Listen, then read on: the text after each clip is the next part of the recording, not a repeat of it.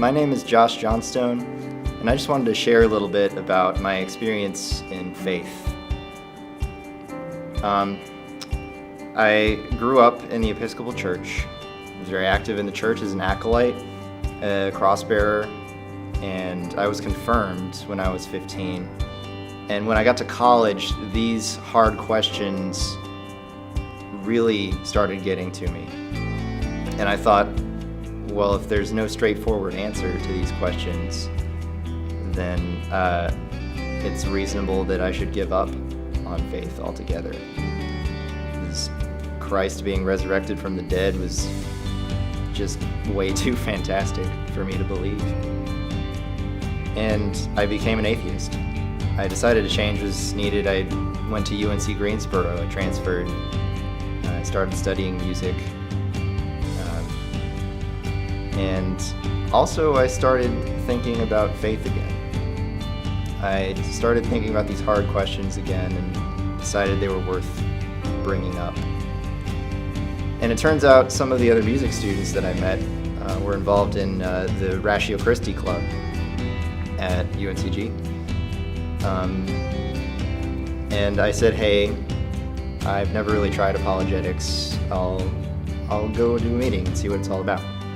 And Ratio Christi gave me a very good experience as far as being exposed to, here's a group of intellectual, very intelligent people who are all fully committed to Christ. And that was very almost strange for me to experience that. But sure enough, all these hard questions that I've been thinking about were being addressed in these meetings, and I kept going every Monday night, and these questions were addressed and arguments were presented to me, evidence that I just couldn't refute. You know what, I can't argue with this anymore. Started reading the Gospels again. I started really paying attention to the sermons I was hearing, to the arguments I was hearing from Ratio Christi, and sure enough, it got to a point where I can call myself a Christian again.